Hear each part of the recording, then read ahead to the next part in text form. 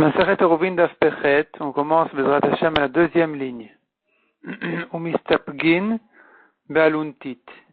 On est en train de voir les trois choses que Rabbi Hanania ben Akavia avait permis aux gens de Tveria. On avait dit qu'une des trois choses était qu'on a le droit de s'essuyer avec une serviette pendant Shabbat. Mahi, de quoi il s'agit, demande la Gemara. Netanya, Mistapeg Adam Be'aluntit Manicha Bachalon. Un homme a le droit de s'essuyer avec une serviette et de la poser à la fenêtre sans la ramener à la maison du bain ou de la piscine, de la fin de là où il était, pendant Shabbat. Velaim serena leuliarin.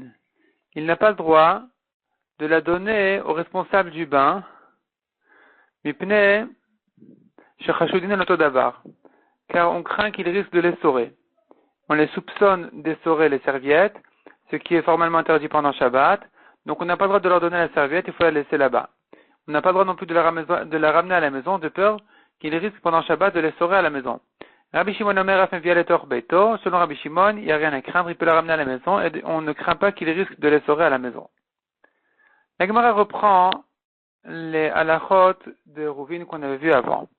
Donc la Gemara ici, elle se rapporte ce qu'on a vu avant. On avait dit qu'il était permis de puiser de l'eau de la rivière qui passe en bas de la maison, en faisant un trou dans son balcon avec des méchitot.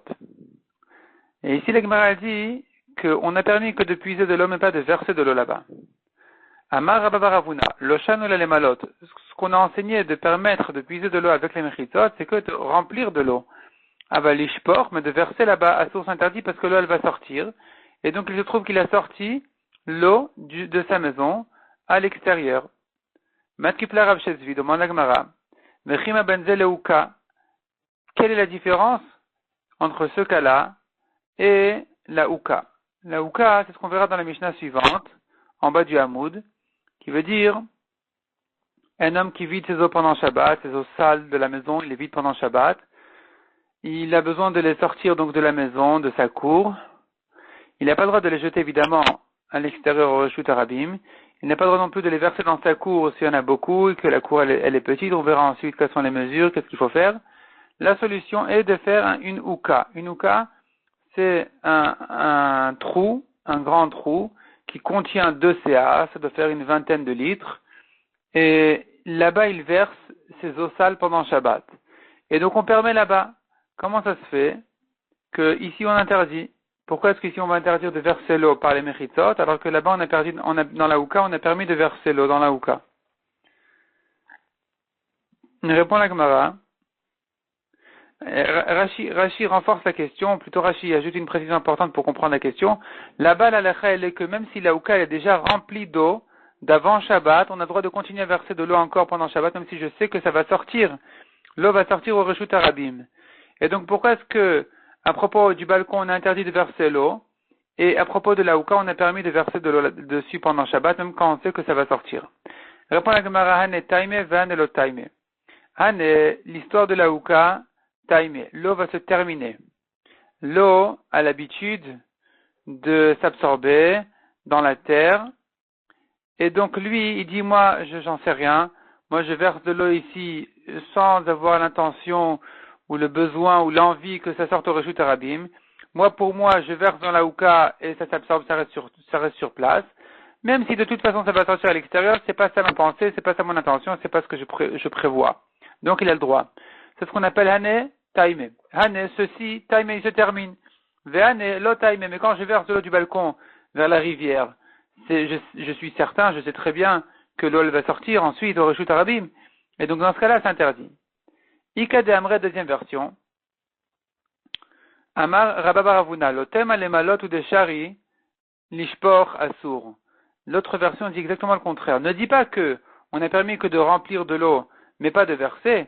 Et lishpor namishare, mais même de verser c'est permis. Amar Rabshezi pshita inuka. Et là, selon cette version, Rabshezi n'objecte pas. Au contraire, il dit c'est évident, il demande, si c'est une question quand même, mais la question est dans l'autre sens. C'est évident qu'il est permis de verser. C'est exactement le cas de la ouka, qui est remplie, je peux verser encore dessus, encore de l'eau sale. Ici aussi, j'aurais le droit de verser. Pourquoi faire la différence? Réponds à Gemara Maoudetema. Qu'est-ce que tu aurais pu dire? Ane taime vanelo taime. Tu aurais pu dire que l'eau de la houka, il se termine, il s'absorbe, et donc j'ai pas l'intention claire de verser l'eau dans le Reshut Arabim. J'ai pas l'intention que ça sorte au Reshut Arabim. Si ça se fait, c'est pas grave. Tandis que chez nous, dans la rivière, l'eau ne se termine pas. Quand je verse de l'eau, je sais très bien qu'elle va sortir, donc j'aurais pu croire que c'est interdit. Kamash Malan, que non, on n'a pas interdit ici non plus. On peut verser, il n'y a pas de problème. On a vu ensuite dans la Mishnah, de la même manière pour deux balcons, un au-dessus de l'autre, etc. On a vu dans la Mishnah que ils n'ont pas le droit, s'il y a le trou le trou avec les mechitot pour puiser et dans le balcon d'en haut, eh bien, ceux d'en bas, ni ceux d'en bas, ni ceux d'en haut n'auront le droit de s'en servir pendant le Shabbat.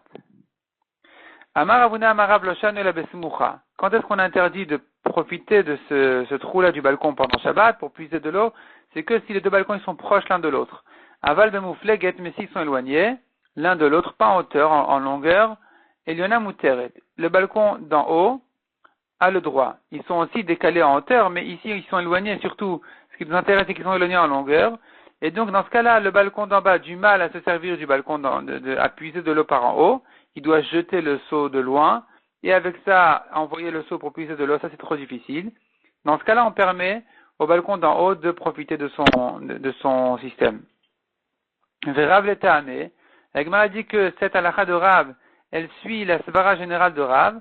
D'Amarav Karav, on a vu qu'il avait dit dans les dapim précédents, En Adam Oser al Chavero Derech Avir. Un homme n'interdit pas à son ami, même s'ils n'ont pas fait de hérouve entre eux, il ne va pas lui interdire si toute son utilisation n'est que Derech Avir, par l'air, par en haut. C'est pas une utilisation normale, c'est pas qu'il peut sortir à pied et rentrer dans le deuxième domaine, dans le domaine intermédiaire. Dans ce cas-là, où toute son utilisation n'est que par jeter, qu'en jetant, alors il ne peut pas interdire. C'est pas une utilisation qui va interdire. Donc chez nous aussi, le balcon d'en bas qui ne peut pas vraiment monter au balcon d'en haut, ils ne font que jeter leur seau et le récupérer.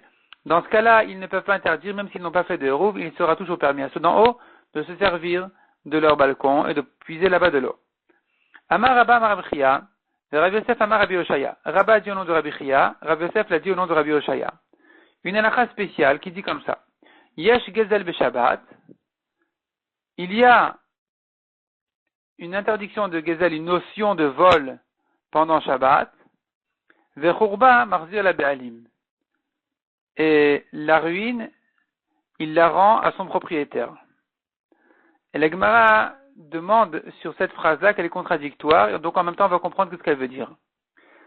Hagufa Kashia. La Gemara demande cette phrase-là, elle se contredit. Amrat yesh gezel beshabbat. Quand tu dis il y a un vol pendant Shabbat, Alma Kanya. Quand tu dis il y a cette notion de vol pendant Shabbat, je comprends de là, c'est-à-dire que il acquiert. Ce vol pendant Shabbat est un vol. Un vol, ça veut dire que le voleur a acquis ce qu'il a fait. Il aura acquis entre-temps. Et donc, à quoi ça fait allusion? Ça fait allusion à une ruine qui ne lui appartient pas à cet homme-là. Mais elle est vide. Elle est vide et son propriétaire n'est pas là, il ne l'utilise pas. Il a l'habitude, lui, celui qui habite à côté, il a l'habitude de l'utiliser. Et quand arrive Shabbat, on dit Yesh Gezel Beshabbat. Le vol, il est effectif, il existe pendant Shabbat, il se fait, c'est un vol de fait. Et donc, apparemment, ça veut dire que l'utilisation, elle est toujours liée à ce voleur, entre guillemets, qui utilise cette ruine-là pendant Shabbat sans permission. Et ensuite, tu me dis, Ve Churba Marzir la Be'alim. La ruine, il faut la rendre à son propriétaire. Alma Lokanya, c'est-à-dire cette phrase-là, elle veut dire exactement le contraire. Elle veut dire qu'il ne l'a pas acquise, il doit la rendre. Répond la Gemara. Achike Amar. Voilà comment il faut comprendre ici. Yesh din gezel beshabbat. Il y a les lois de vol pendant Shabbat. Quelles sont les lois de vol que le voleur doit rendre? Ketad. De quoi on parle? De Churba Marzir la Be'alim. Cette ruine qui est utilisée par quelqu'un d'autre, arrive Shabbat, il n'a plus le droit de l'utiliser. Il n'est plus propriétaire. Il n'a jamais été propriétaire, mais je ne considère pas son utilisation comme s'il était propriétaire pour lui permettre de continuer à porter par là-bas pendant Shabbat. Non, je dirais que c'est un autre domaine qui ne lui appartient pas. Et donc même si toute la semaine il peut en profiter, ou il se permet d'en profiter, au silence du propriétaire, ici pendant Shabbat il devra se retenir, il ne peut pas en profiter, il ne peut pas porter là-bas. Amar Rabba Motvin Anashmatin. Rabba dit, et on objecte sur cette même halakha là, sur notre propre halakha. Donc, ce qu'on a dit ici que Yesh Gezel Beshabbat, et que Yesh Din Gezel, c'est-à-dire qu'il n'a pas le droit de porter dans la Khourba, dans la ruine, on objecte dessus de notre Mishnah. On voit Vechen Shte Gezuz Rodou le Malamizu, deux balcons, un au-dessus de l'autre, etc. Et là-bas, on a dit que ceux d'en bas, ils causent problème à ceux d'en haut, puisqu'ils n'ont pas fait de Hérouv. Alors, ceux d'en haut ne peuvent pas puiser de l'eau et profiter de leur propre balcon. Demande à Gemara, din gezel Shabbat. Si tu dis les lois de vol existent pendant Shabbat, le voleur doit rendre son vol pendant Shabbat. Donc ceux d'en bas, de quel droit ils se permettent d'utiliser le balcon d'en haut? Disons qu'en semaine, on se tait, ça va, on garde le silence, il n'y a pas de dispute, ils en profitent, ils l'utilisent quand même. Mais quand arrive Shabbat, ils ne peuvent pas interdire à ceux d'en haut de profiter de leur propre balcon. Comment est-ce possible une chose pareille? Si tu me dis qu'il y a les lois de vol pendant Shabbat, donc ceux d'en bas doivent rendre le balcon d'en haut aux propriétaires d'en haut, et donc finalement ils sont les propriétaires uniques pendant Shabbat qui pourraient a priori, normalement, lui profiter de leur balcon. Donc de notre Mishnah on voit que non, les lois de vol pendant Shabbat ne sont pas appliquées, les voleurs continuent à utiliser, et puisqu'ils continuent à utiliser, ils sont obligés de faire un hérouv. Sans faire de hérouv, on les considère comme des associés qui donc interdisent de porter là-bas tant qu'on n'a pas fait de hérouv. Répond la Gemara. Amar Rav Shechet. Donc je reprends la question. Vei amret ejdin gezel beshabbat. Si tu dis qu'il y a une loi de vol pendant Shabbat qu'il faudrait vendre, Amaya Surot, pour quelle raison elles sont interdites? Répond la Gemara Amar Rav Shechet Achadamaya Skinan. De quoi il s'agit ici? Kegon Shasu Mechita Beshutafut. Ils étaient associés, ceux d'en bas avec ceux d'en haut, au moment où ils ont fait les Mechitot. Et donc, ou plutôt, dans la construction des Mechitot, ils étaient associés. Puisqu'ils étaient associés, ceux d'en bas ont le droit de profiter du balcon d'en haut, ils ont le droit de puiser par en haut. Donc, c'est pas un vol. Et puisque c'est comme ça, alors ils doivent faire un hérouv. S'ils n'ont pas fait de hérouv, interdit à tout le monde de porter là-bas. Hier, si c'est comme ça, demande la Gemara, qui a sous la tartona nami, s'ils ont fait les mechitsot dans le balcon d'en bas, ils sont devenus indépendants. Et alors à quoi ça sert? Qu'est-ce qu'on a gagné avec ça? Qu'est-ce qu'on a gagné? S'ils sont associés au balcon d'en haut, alors ils devraient continuer à interdire en haut. Pourquoi le fait qu'ils ont fait chez eux-mêmes des mechitsot, ça va permettre de porter en haut? Répond la Gemara, Kevan de Asu la Tartona, à partir du moment où ils ont fait en bas, Galouye Galedaata, ils ont montré, ils ont dévoilé leurs pensées, des Anabahadach le Nichali, que moi avec toi, je ne suis pas, ça ne me convient pas. Le balcon d'en bas, il dit au balcon d'en haut, ça ne me convient pas de me servir de chez toi. Et la preuve, c'est que d'ailleurs, je vais construire chez moi-même, je suis en train de construire des mechitsot pour être indépendant. Et donc, à partir de ce moment-là, ils se sont retirés du balcon d'en haut, et donc finalement, le balcon d'en haut auront le droit, eux-mêmes, à partir de ce moment-là, ils auront le droit de lui puiser de chez eux. Puisque ceux d'en bas ont fait eux-mêmes une mechita chez eux, alors ceux d'en haut ont le droit aussi de puiser de chez eux, de leur balcon eux en haut. Mishnah suivante. Et là, enfin, on va arriver à la halakha de Uka qu'on a vu en haut. Chater shipruta me'arba amot. Une cour qui fait moins de 4 amot. En shofrin betocha maim beshabbat. Donc la cour elle fait moins de 4 amot sur 4 amot. On verra dans la Gemara ce que ça donne exactement comme surface. Ou plutôt, on verra dans la Gemara s'il s'agit de 4 amot sur 4 amot, ou tout ce qui donne un résultat de 4 amot sur 4 amot, c'est bon aussi. En tout cas, ici, la cour, elle fait moins de 4 sur 4 amot. En shofrin maim betocha beshabbat. On n'a pas le droit pendant Shabbat de verser là-bas de l'eau sale, de l'eau même propre, peu importe. Et la imken asu la uka. Sauf si on a fait un trou dans la terre, machazeket sa'ataim min hanekev. Il s'agit d'une genre de piscine, un grand puits qui contient 2 CA, ou cas c'est un puits large, disons, qui contient 2 CA, qui fait plus ou moins une vingtaine de litres. Min anekavulemata, il faut que ça contienne à partir du trou et en bas, donc pas que ça déborde. Beni bachutz, beni bifnim. Aussi bien si la ouka elle est dans la cour elle-même ou qu'elle est à l'extérieur, donc aussi bien à l'extérieur de la cour qu'à l'intérieur. Et la shemi bachutz, tarich likmor. Simplement que si la ouka elle est à l'extérieur de sa cour, elle donne sur le reshut arabim, il faudrait la couvrir. Il faudrait la couvrir de manière à ce qu'elle ne soit pas elle-même considérée comme un reshut arabim, pour dire que celui qui a versé là-bas, il a versé directement dans le Reshut Arabim. Il faut la couvrir de manière à ce qu'elle ne soit plus un Reshut Arabim. Donc, ça, c'est à l'extérieur. Mais bifnim en tarich likmor. Si elle est à l'intérieur, c'est pas la peine de la couvrir. Rabbi Eliezer ben Yaakov Omer. Biv sheu kamur arba amot birshut Arabim. Un tuyau d'évacuation qui est couvert 4 amot dans le Reshut Arabim et il continue ensuite, mais là-bas il est découvert complètement. Le tuyau n'est pas fermé ensuite. Shofrim letochomaim et Shabbat, on peut verser là-bas de l'eau pendant Shabbat. Vachachamim omrim.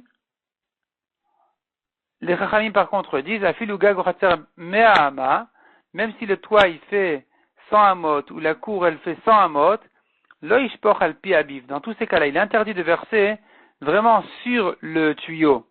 Aval shofer ou la gag, ve'amaim yordin abiv. Il verse sur le toit et l'eau descend d'elle-même dans le tuyau qui va sortir au Reshut Arabim ensuite. Mais mettre directement dans le tuyau, c'est interdit.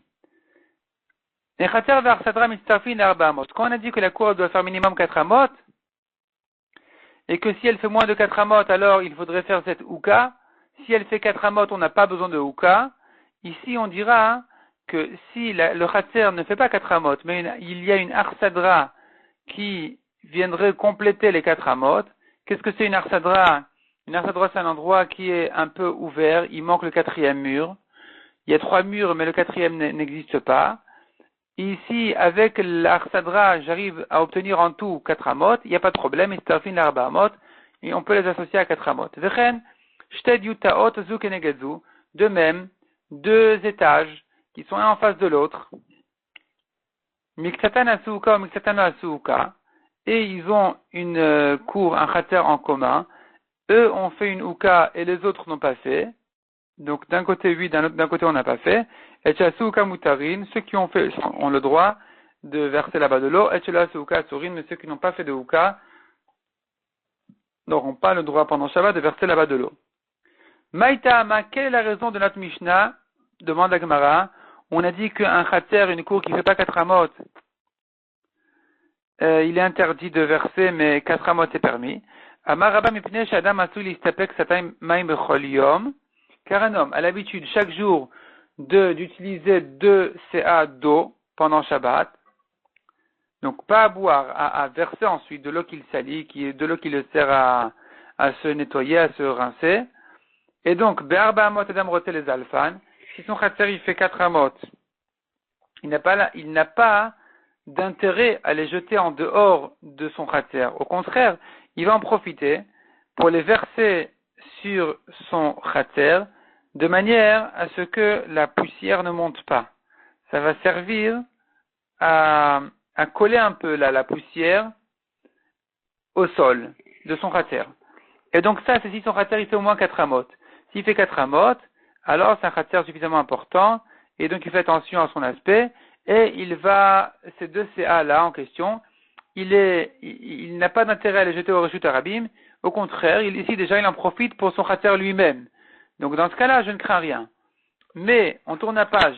Pachot me'arba, shofran, si son khatser ne fait pas 4 amot, alors c'est pas un khatser important où il va essayer de le nettoyer pendant Shabbat ou de coller la poussière avec son eau.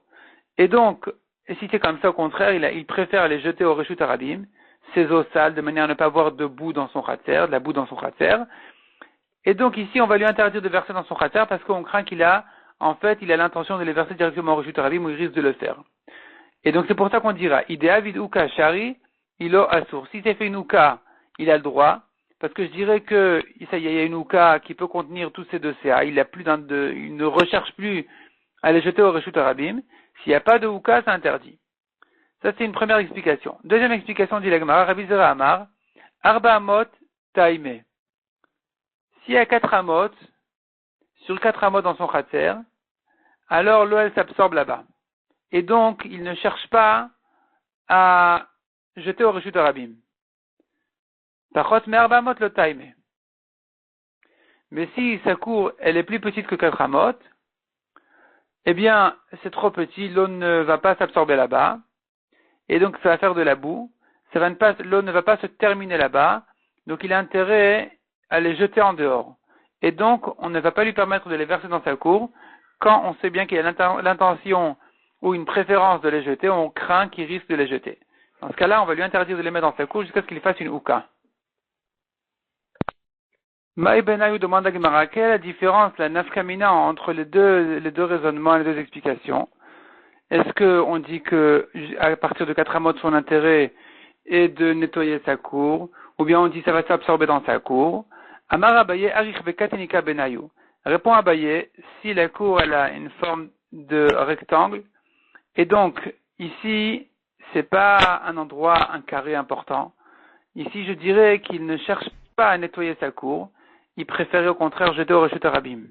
Si par contre la raison elle est que c'est une question de surface qui peut absorber ces deux CA en question, et que sans lui faire de la boue, et que donc il n'a pas d'intérêt, il ne cherche pas à jeter au Reshut Harabim, eh bien peu importe si c'est carré ou rectangle, sous n'importe quelle forme, à partir du moment où j'ai cette surface-là de 4 sur 4, donc de 16 amot carrés, de n'importe quelle manière, il serait permis de verser là-bas ses eaux.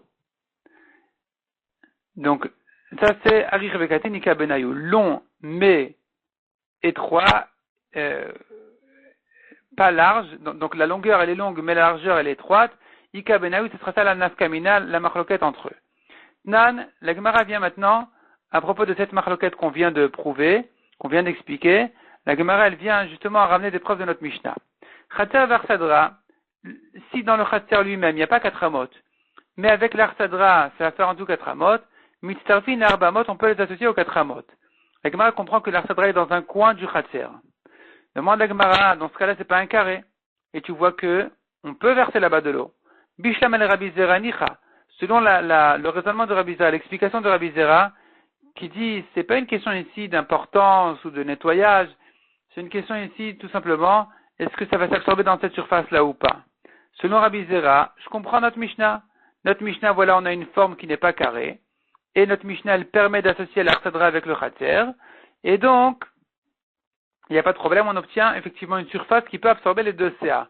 Et là, les Rabbah Kashia, mais selon Rabbah qui dit que ça doit être un carré ici, c'est pas un carré. Donc, comment est-ce que notre Mishnah nous a permis d'associer l'Arsadra avec le Khatser? L'Arsadra, on rappelle, c'est un endroit qui est un peu à l'extérieur, mais il est quand même entouré de 3 murs. Répond à la Gemara, Tirgema Rabbi Zera et Liba de Rabbah. Rabbi Zera lui-même interprète notre Mishnah selon Rabbah. Donc Rabbi Zera, qui avait été renforcé par notre Mishnah, il vient résoudre l'objection contre Rabbah sur qui il était en marloquette. Et Rabbi Zera nous explique, il s'agit d'une Arsadra qui va sur toute la longueur du Khatser. Et donc, en tout, entre le Khatser et l'Arsadra, ça nous forme un carré de 4 sur 4 amot. Et dans ce cas-là, il a l'intérêt de nettoyer cet endroit-là. C'est un endroit important. Il va verser là-bas de l'eau, comme on a dit, pour coucher la poussière, pour coller la poussière à son Khatser. Tashma. Deuxième preuve, Khatser Shen Ba'arba Amot al Arba Amot. Un Khatser dans lequel il n'y a pas 4 amot sur 4 amot. Donc ça veut dire que c'est pas carré. En Shofrin et Tochamaim be Shabbat. On n'a pas le droit de verser là-bas de l'eau pendant Shabbat. Bishlam ale Rabba Nicha. Cette fois-ci, c'est une preuve pour Rabba. Je comprends bien selon Rabba que tant que je n'ai pas un carré de 4 sur 4, c'est interdit de verser là-bas de l'eau s'il n'a pas fait de Houka. Et là, les Rabbi Zera Kashia. Mais selon Rabbi Zera, on devrait permettre ici, c'est-à-dire, on devrait dire que c'est pas le carré qui m'intéresse. C'est la surface qui m'intéresse. Pourquoi est-ce que cette braïta-là, elle vient nous dire que c'est le carré qui m'intéresse? Amar lecha Rabbi Zera, Hamani Rabbanani. Rabbi Zera te répond, cette braïta-là, elle va comme Rabbanan. Rabbanan, eux, effectivement, selon Rabbanan, effectivement, il faudrait que ce soit un carré. Si c'est pas un carré, c'est interdit de verser là-bas. Ou matnitin Rabbi Eliezer ben Yaakov. Tandis que notre Mishnah, elle va comme Rabbi Eliezer ben Yaakov. Et selon Rabbi Eliezer ben Yaakov, alors, il n'y a pas besoin que ce soit un carré. C'est une question de surface, et pas une question de forme. Et donc, sous n'importe quelle forme, du moment que j'ai une surface qui correspond à 4 amot sur 4 amot, on aura le droit, on va permettre de verser là-bas ces eaux. Demande à Gemara au Maïdourke de Rabbi Zera l'Ukma le Matnitin, qui Rabbi Eliezer ben Yaakov. Qu'est-ce qui a poussé Rabbi Zera à établir notre Mishnah selon Rabbi Eliezer ben Yaakov? Pourquoi il ne va pas dire tout simplement que notre Mishnah elle va comme Rabbanan? Il n'a pas besoin d'expliquer notre Mishnah que notre Mishnah va selon un Tana unique, et ensuite de rentrer dans des explications spéciales et de dire qu'il n'y a pas de différence si c'est carré ou pas carré, l'essentiel c'est la surface.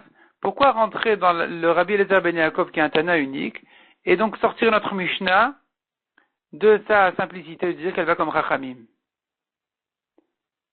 Répond la Gemara. Amar Rava matnitin kashite. Rava dit notre Mishnah Rabbi Zera avait une cachette sur notre Mishnah. Si elle va comme Chachamim. Pourquoi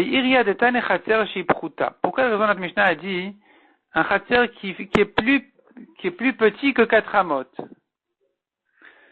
La Mishnah aurait dû dire, comme dans la Braïta, litne Chatzer shen arba amot, elle aurait dû dire un Chatzer, une cour qui n'a pas 4 amot sur 4 amot.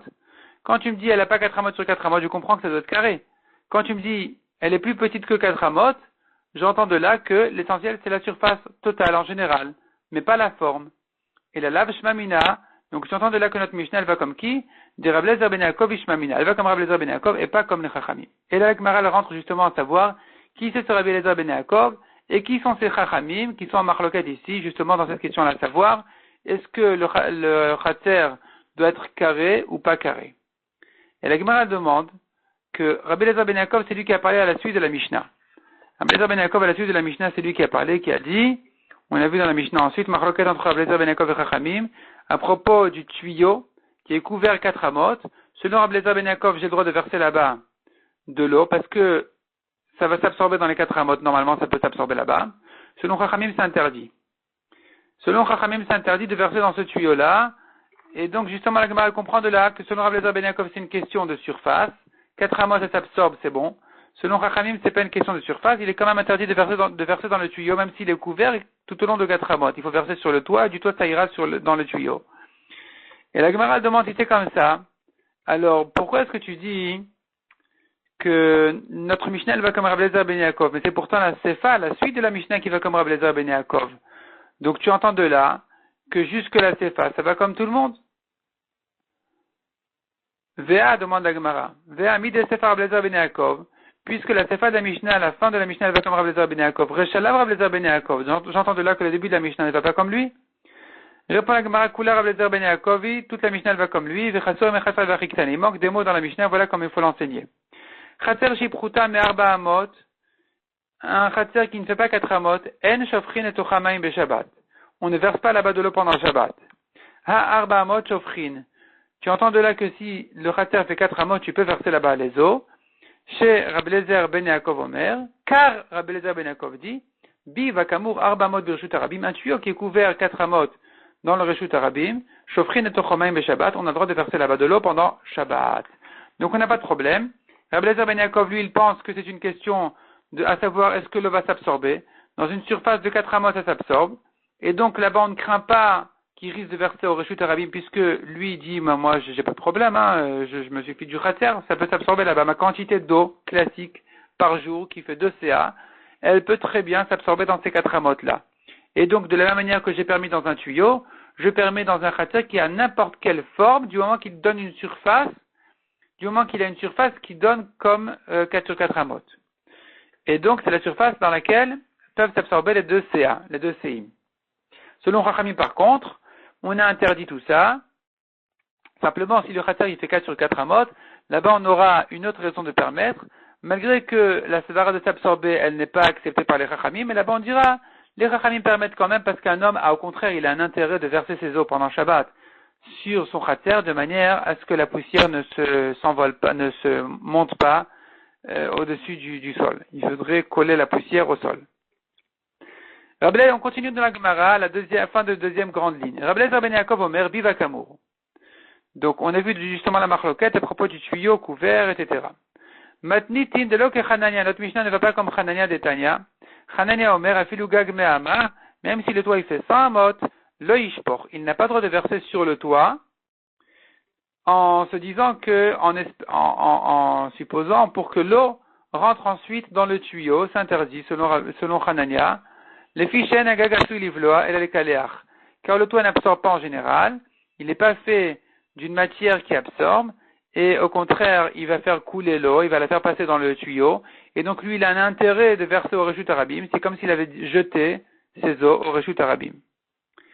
Tana, Bamet Varim Amurim, nouvelle braïta. Quand est-ce que on a dit toutes ces conditions-là, toutes ces halachot-là, qu'il faut faire une ouka si ça fait moins de 4 amot, et ainsi de suite. Bimot achama, en été. Aval bimot akshamim, mais en hiver, ou plutôt les jours où il pleut, shofer veshone venonimna. Il verse son eau, et il reverse, et il ne s'en empêche pas. Il n'y a pas de problème, il n'est pas limité, il peut verser autant d'eau qu'il veut dans son khater, à n'importe quelle taille et surface. Maïtama, quelle est la raison?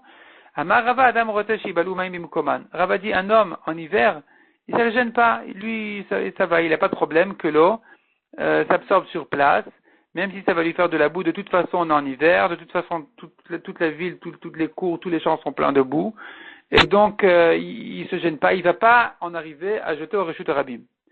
Amar le Abaye a demandé à Rava, Vareshofrin, d'Adam Rotesh Ibalu. Pourtant, les eaux sales, on a vu dans la Mishnah, les eaux sales qui veut verser dans les tuyaux, comme on a dit, d'évacuation, un homme veut, ou plutôt veut, ça veut dire en hiver, il n'est pas gêné que ça reste dans sa cour, ça s'absorbe, c'est pas de l'eau sale, c'est pas de l'eau de toilette, c'est de l'eau sale.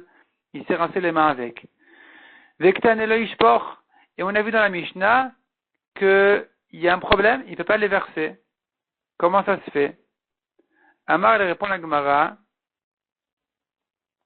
pourquoi est-ce que ça tu interdis en hiver? Amar le Atam le Maï Nechushla. La Gemara répond non. Qu'est-ce qu'il y a à craindre? Qu'est-ce qu'il y a à craindre en hiver? On n'a rien à craindre. Je reprends la question. Je corrige un peu la question. La question que la Gemara avait posée. Comment ça se fait que tu dis que en hiver, un homme n'est pas gêné que l'eau reste dans son khater, donc il a le droit de verser là-bas? Si c'est comme ça, comment tu veux comprendre la lacha des eaux sales dans la Mishnah? On a vu que s'il y a un tuyau, même long de 100 amot, dans lequel vraiment il n'y a aucun problème que l'eau va s'absorber là-bas, c'est pas un tuyau en plastique, c'est une matière apparemment que l'eau peut s'absorber là-bas, et quand même les chachamim ont dit dans la Mishnah, on n'a pas le droit de verser dans ce tuyau-là.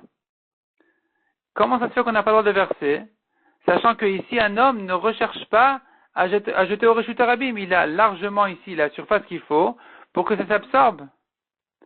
Donc ici, on devrait dire que c'est exactement comme en hiver, puisque en hiver tu devrais permettre ici aussi. D'ailleurs, le tuyau en question, c'est peut-être même pas un vrai tuyau, c'est peut-être un trou, une genre de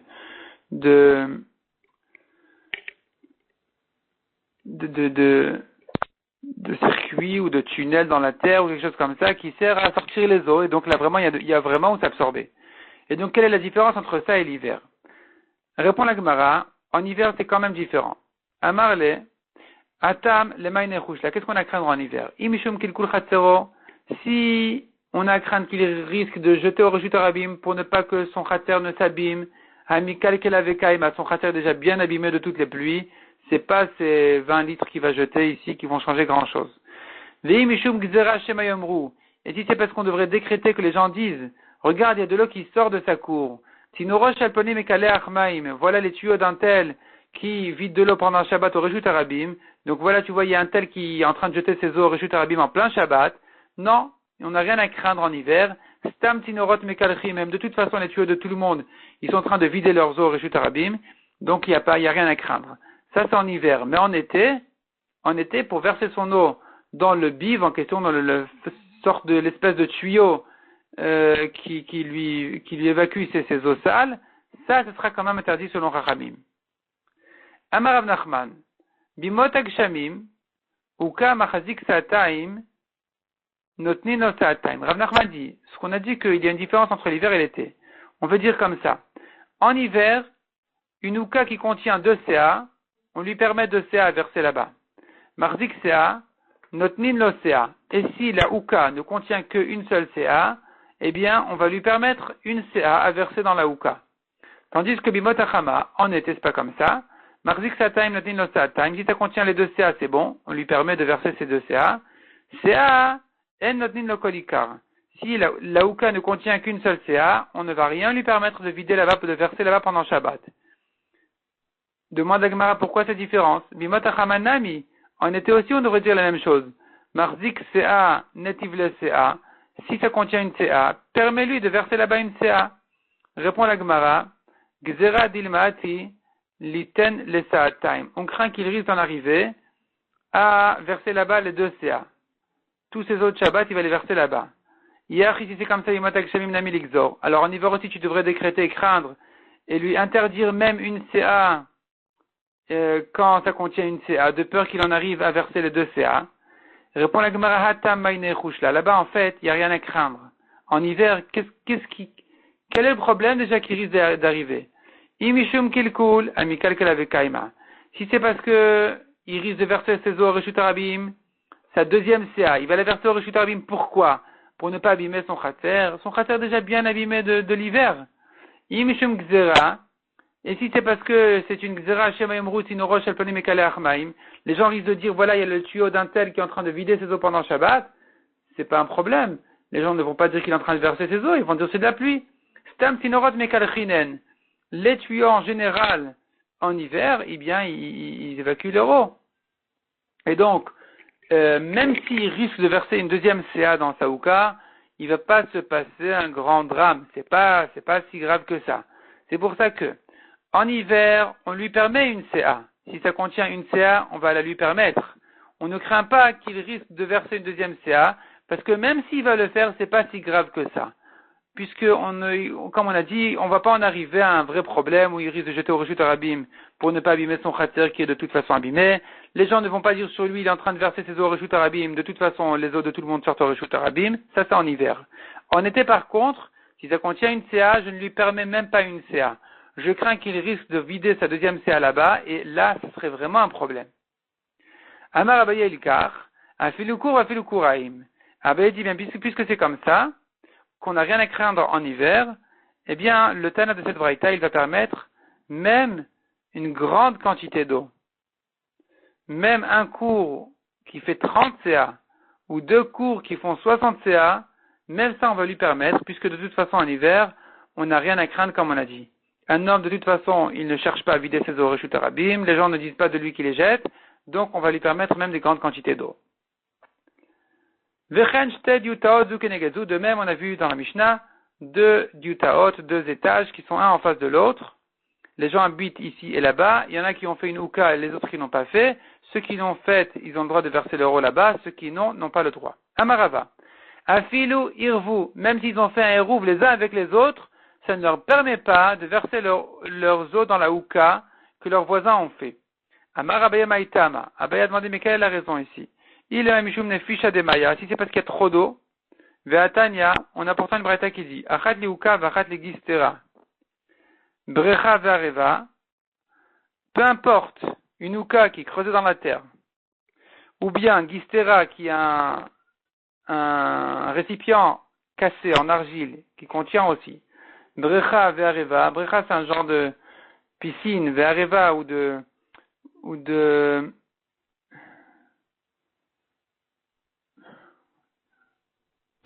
bassine, afalpi shelitmalu maim merev Shabbat, même si ils ont été déjà remplis d'eau avant Shabbat, shofrin et tochan maim Shabbat, puisqu'il a ce qu'il faut, ce qui lui permet pendant Shabbat de verser, Rachidi Areva, c'est Sfina Ktana, un petit bateau, une petite barque. Bon, c'est le même système. Tout ce qui lui permet, quand c'est vide, de verser ses 2 CA pendant Shabbat, même quand c'est rempli d'eau, ça lui permet encore d'en profiter de verser là-bas ses 2 CA d'eau pendant Shabbat. De verser ses eaux pendant Shabbat. Donc, afalpi shenitmalu maim erev Shabbat, même si c'est rempli d'eau avant Shabbat, shofrin et tochan maim Shabbat, on peut verser là-bas des eaux pendant Shabbat. Donc, pourquoi est-ce que tu me dis que quand ils n'ont pas fait de hérouv que même s'ils ont fait un hérouv entre eux, ils n'ont pas le droit de verser leurs eaux là-bas pendant Shabbat? Est-ce que la raison elle est parce qu'il y a trop d'eau? Ça doit pas être gênant. On devrait permettre même beaucoup d'eau. À partir du moment où j'ai une ouka qui contient la quantité de base, la quantité minimum, je peux ensuite verser autant que je veux d'eau pendant Shabbat. Et là répond la Gemara, Yitmar achi Yitmar. Si Rava a parlé ici, voilà ce qu'il a dit. Amar Rava, lo shanu alaché lo irvu. Rava dit, quand est-ce qu'on a interdit à ceux qui n'ont pas fait la ouka de verser leurs eaux pendant Shabbat? C'est que dans le cas où ils n'ont pas fait le hérouv. Aval irvu mutarin. Mais s'ils ont fait un hérouv, ils ont le droit. Mechi le irvu maïta amalo. Et pour quelle raison ils n'ont pas le droit de verser leurs eaux là-bas pendant Shabbat s'ils n'ont pas fait de hérouv? On craint qu'il risque de sortir les objets des maisons à là-bas. Et là, c'est déjà vraiment interdit. Et puisqu'on craint qu'ils risquent de sortir les objets des maisons, on leur a interdit même de verser leurs eaux là-bas tant qu'ils n'ont pas fait de hérouv. Mais effectivement, s'ils ont fait un hérouv, eh bien, ils auront le droit de verser leurs eaux là-bas pendant Shabbat, même s'ils n'ont pas fait la houka, c'est que leurs voisins qui l'ont faite. Tosfot explique que quand il s'agit des eaux, ils ne sont pas en train de sortir vraiment les eaux au khatser pour les mettre là-bas dans la houka. Il s'agit du fait qu'ils vident leurs eaux sur leur balcon ou à leur étage chez eux, là où ils sont, et de là-bas, l'eau, elle sort d'elle-même dans la houka. Donc là-bas, je dis que s'ils ont fait un rouvre, les deux ont le droit, les deux étages, les deux voisins ont le droit de le faire. S'ils n'ont pas fait de hérouv, on craint qu'ils risquent de sortir vraiment les objets dans le khatser alors qu'ils n'ont pas fait de hérouv, et dans ce cas-là, c'est interdit. Mais s'ils ont fait hérouv, même s'ils n'ont pas participé à la préparation de la houka, comme on a dit, puisqu'ils ont fait hérouv, ils peuvent aussi ajouter leurs eaux là-bas pendant Shabbat parce qu'on n'est pas limité en quantité d'eau à partir du moment où la houka contient les deux CA en question. Adran alar, ketzad mishtatfin.